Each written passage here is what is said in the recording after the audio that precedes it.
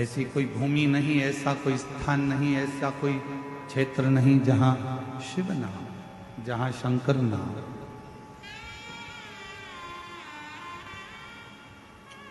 जहां परमात्मा ना हो। पार्वती जी देख रही हैं कि वो गंगा जी की पानी की जो लहरें थी वो उछल रही हैं, थोड़ी देर उछलती हैं, थोड़ी देर में शांत हो जाती हैं, फिर उछलती हैं, फिर शांत हो जाती हैं। वो गंगा की लहरें बार बार उछल रही हैं और बार बार शांत हो रही हैं।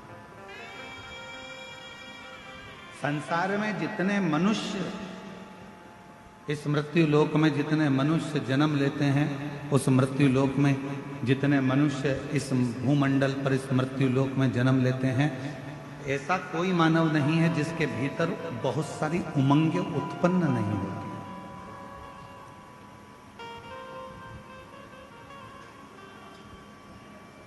ऐसा कोई नहीं है जिसके भीतर बहुत सारी उमंगें उत्पन्न नहीं हो रही हो, बहुत सारी तरंगें उत्पन्न नहीं हो रही हो, बहुत सारी उमंगें उसके अंतर्गत नहीं आ रही।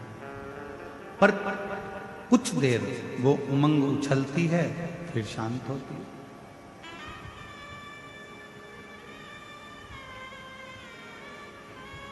जब माता पार्वती जी बैठी रही, कुछ देर बाद बाबा देव अधिदेव महादेव भगवान शंकर पार्वती जी से मिलने के लिए आए।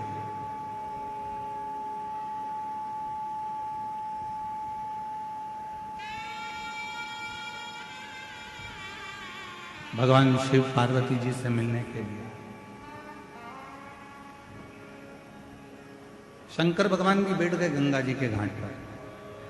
पार्वती जी ने शिव जी को नमन किया, पूछा इस संसार में जितने रिश्ते, जितने नाते, जितने कुटुंब, जितने कबीले, जितने मित्र, जितने दोस्त, जितना परिवार, ये सब मिलता है, क्या हमारे पूर्व के कर्म के अनुकूल मिलता है?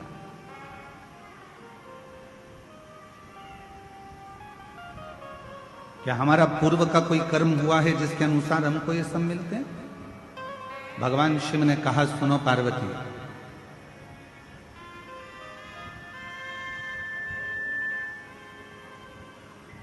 हमारे जीवन में जो भी मिलता है वो 3 कारण से मिलता है।